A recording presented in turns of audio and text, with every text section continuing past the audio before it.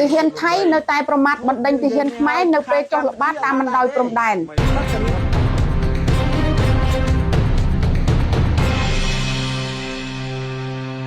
លោកអ្នកនាងជាទីមេត្រីទាហានខ្មែរដែលកំពុងឈរជើងនៅតាមព្រំដែនបានអះអាងថាទាហានថៃនៅតែបន្តប្រើប្រាស់ពាក្យសម្ដីប្រមាថមើលងាយនិងបណ្ដេញទាហានខ្មែរនៅពេលទាហានខ្មែរចូលបេសកកម្មល្បាតតាមព្រំដែននិងធ្វើការរារាំងសកម្មភាពឈ្លានពានរបស់ទាហានថៃនៅលើទឹកដីខ្មែរជាមួយគ្នានេះទាហានខ្មែរបានបដិសេធចំពោះការចោទប្រកាន់របស់យោធាថៃដែលថាកម្ពុជាចល័តកម្លាំងសភាវុធដើម្បីត្រៀមធ្វើសង្គ្រាមលើកទី3នោះផងដែរក្រោយពីបានធ្វើសង្គ្រាមឈ្លានពានចូលកាន់កាប់ទឹកដីខ្មែរនៅតាមព្រំដែនរួចមកទាហានថៃបានប្រើប្រាស់គ្រប់មធ្យោបាយដើម្បីចោទប្រកាន់ក្នុងគោលបំណងបង្ករឿងជាមួយកម្ពុជាថែមទៀតទាហានខ្មែរម្នាក់ដែលកំពុងឈរជើងនៅព្រំដែនខេត្តព្រះវិហារបានអះអាងប្រាប់ទូរទស្សន៍អាស៊ីសេរីក្នុងលក្ខខណ្ឌមិនបញ្ចេញឈ្មោះនិងសម្លែងថាស្ថានភាពនៅតាមបណ្ដោយព្រំដែនក្នុងតំបន់មុំ3និងជាំតែហាក់មានសភាពតានតឹងកាន់តែខ្លាំងបន្ទាប់ពីទាហានថៃបានបង្ករឿងនិងបណ្ដេញទាហានខ្មែរមិនឲ្យដើរល្បាតក្បែរបន្លាលួសដែលទាហានថៃបានពង្រាយលើទឹកដីខ្មែរទាហានរូបនេះអះអាងថា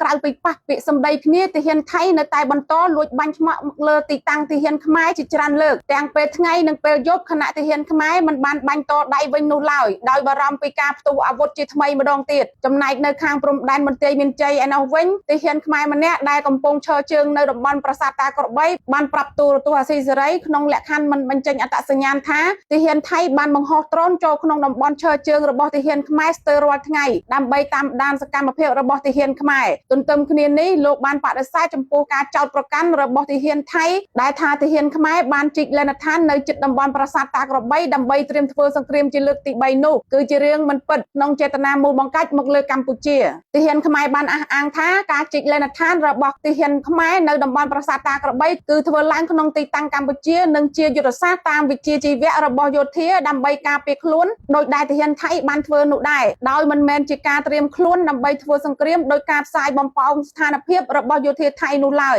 ទាហានរូបនេះបានទទួលស្គាល់ថាបើផ្អែកតាមស្ថានភាពនៃកម្លាំងយោធាបច្ចុប្បន្នកម្ពុជាសឹងតែគ្មានលទ្ធភាពដើម្បីការពារខ្លួនពីការឈ្លានពានរបស់ភាគីថៃនោះឡើយដូច្នេះការចោទប្រកាន់មកលើកម្ពុជាថាកំពុងត្រៀមធ្វើសង្គ្រាមជាលើកទី3នោះគឺជាសេណារីយ៉ូរបស់មេដឹកនាំយោធាថៃដើម្បីបង្អើលស្ថានភាពឲ្យកាន់តែអាក្រក់ខណៈទាហានខ្មែរតែងតែទទួលបទបញ្ជាពីថ្នាក់លើឲ្យរក្សាការអត់ធ្មត់និងជៀសវាងពីការផ្ទុះអាវុធជាលើកទី3ដែលធ្វើឲ្យយោធាថៃមានលេសចូលឈ្លានពានទឹកដីកម្ពុជាកាន់តែជ្រៅកន្លងទៅមេដឹកនាំអាកាសថៃលោករាវិនសាណូមស៊ីងបានផ្ដល់បទសម្ភាសន៍ទៅកាន់សារព័ត៌មានរបស់ថៃថាកម្ពុជាមិនមានសមត្ថភាពគ្រប់គ្រាន់ដើម្បីធ្វើសង្គ្រាមជាមួយថៃទៀតនោះទេដោយសារវិស័យការពារជាតិរបស់ប្រទេសទាំងពីរមានលំដាប់ខុសគ្នាខ្លាំងជាពិសេសចំពោះទ័ពអាកាសរបស់កម្ពុជាដែលមានភាពទន់ខ្សោយនិងចាស់ទ្រុឌទ្រោមមេទ័ពអាកាសថៃរូបនេះបានអះអាងថាប្រព័ន្ធការពារដែនអាកាសរបស់កម្ពុជារួមមានកញ្ជ្រួច KS-1C និង PHL-03